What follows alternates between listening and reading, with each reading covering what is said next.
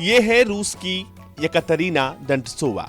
ये रूसी राष्ट्रपति को खुले तौर पर राष्ट्रपति चुनाव में चुनौती देने के लिए उतरी थी, लेकिन अब ये चुनाव नहीं लड़ पाएंगी। दरअसल अब इन्हें चुनाव लड़ने से रोक दिया गया है।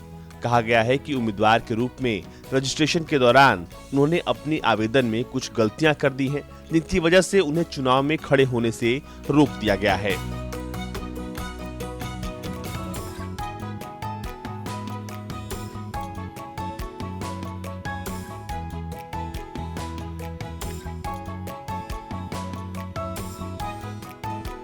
येकातेरिना डेंटसोवा ने 3 दिन पहले ही उम्मीदवार के रूप में अपना नामांकन किया और उन्होंने चुनाव आयोग में अपना आवेदन दिया था। रूसी टेलीविजन ने बताया कि देश के चुनाव आयोग ने येकातेरिना डेंटसोवा द्वारा दिए गए दस्तावेजों में गलतियों का हवाला देते हुए उन्हें चुनाव लड़ने से रोक दिया है।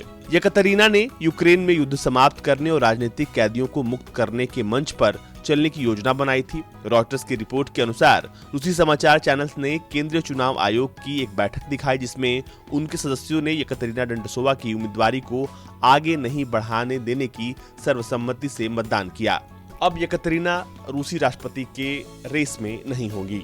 येकातेरिना डेंटसोवा कहती हैं कि मैंने ये फैसला क्यों लिया। कहा जा रहा था कि ये यूक्रेन और कई मसलों को लेकर रूसी राष्ट्रपति के खिलाफ बहुत मुखर थी और अब इन्हें चुनाव नहीं लड़ने दिया जाना ये एक साजिश है।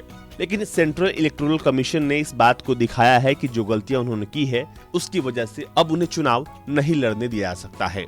डेंटसोवा 40 साल की हैं और वो एक पूर्व रूसी पत्रकार भी हैं।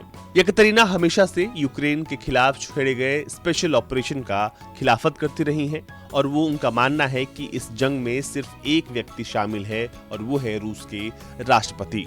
इस पूरे प्रकरण के बाद कहा जा रहा है कि रूसी राष्ट्रपति की वापस से जीत होगी, क्योंकि 80% लोगों का अभी मानना है कि वो रूसी राष्ट्रपति व्लादिमीर पुतिन को फिर से अपने राष्ट्रपति के तौर पर देखना चाहते हैं। अब इस पूरी लड़ाई में डेंटसोवा जिस उम्मीद के साथ उतरी थी, वो उम्मीद पूरी तरीके से धूमिल हो चुकी है।